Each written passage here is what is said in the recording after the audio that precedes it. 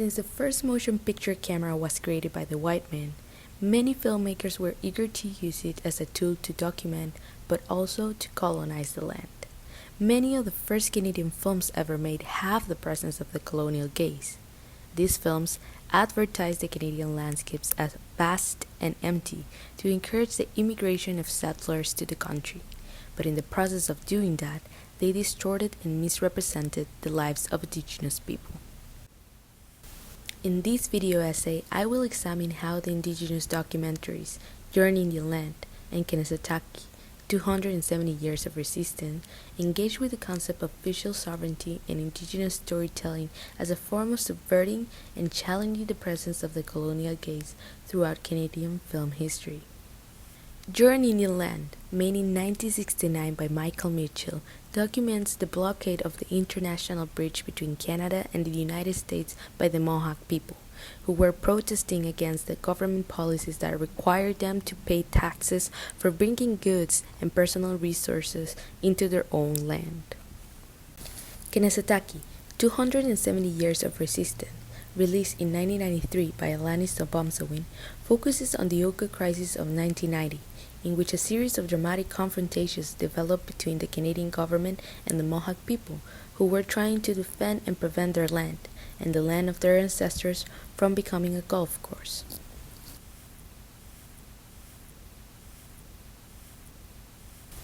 Both films contrast the Western concept of ownership, which sees the land as something to be exploited, with the indigenous worldview that engages with the land in a respectful way as they consider it another living entity which they are interconnected with.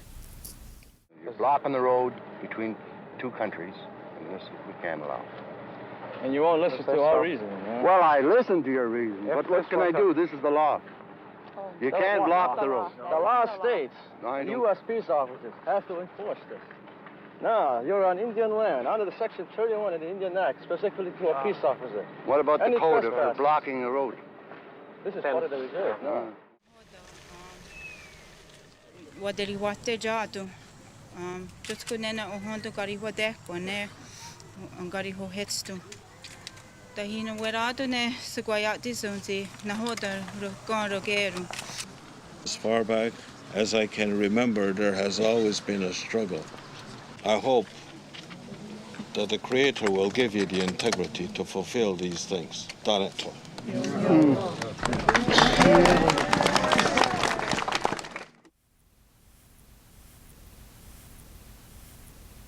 We can only start to understand the impact of Your Indian Land as a form of storytelling that echoes the oral storytelling practices of its ancestors when we look at the events that happened after the protest and the way in which the film was utilized.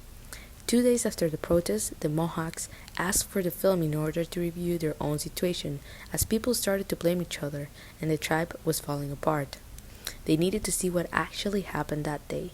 So they managed to get the film out of the lab, and in the next 2 weeks, it was screened at least 10 times all around the reservation. The film functioned as a tool for community building and fostered discussions with the Canadian government. On the other hand, Kanesatake, 270 Years of Resistance, achieves to renovate the practice of oral storytelling in a historical segment within the film, in which Alanis acts as the narrator and guide. She explains and summarizes the historical conflicts between the Mohawks and the colonial powers throughout the years with prints, paintings, and archival stills.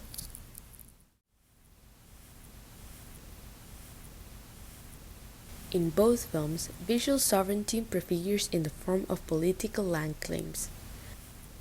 At the beginning of Your Indian Land, we are shown a map. Maps are usually used to represent a unified nation living harmoniously within its borders.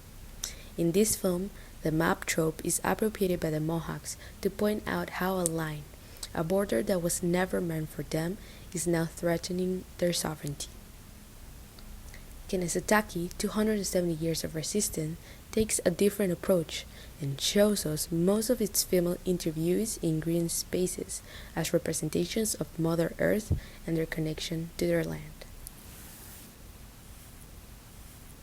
Even if we're not recognized as a nation, it's brought all Indian nations together, this fight.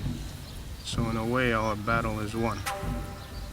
Take one arrow and break it, but when you get a whole bunch, you can't break it. And that's the people sticking together.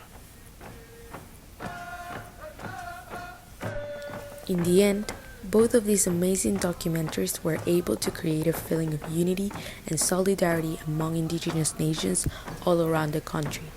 They embody the indigenous practices of oral storytelling in a contemporary context to depict their worldviews. They completely subvert and redefine the idea of visual sovereignty once established by the colonial gaze.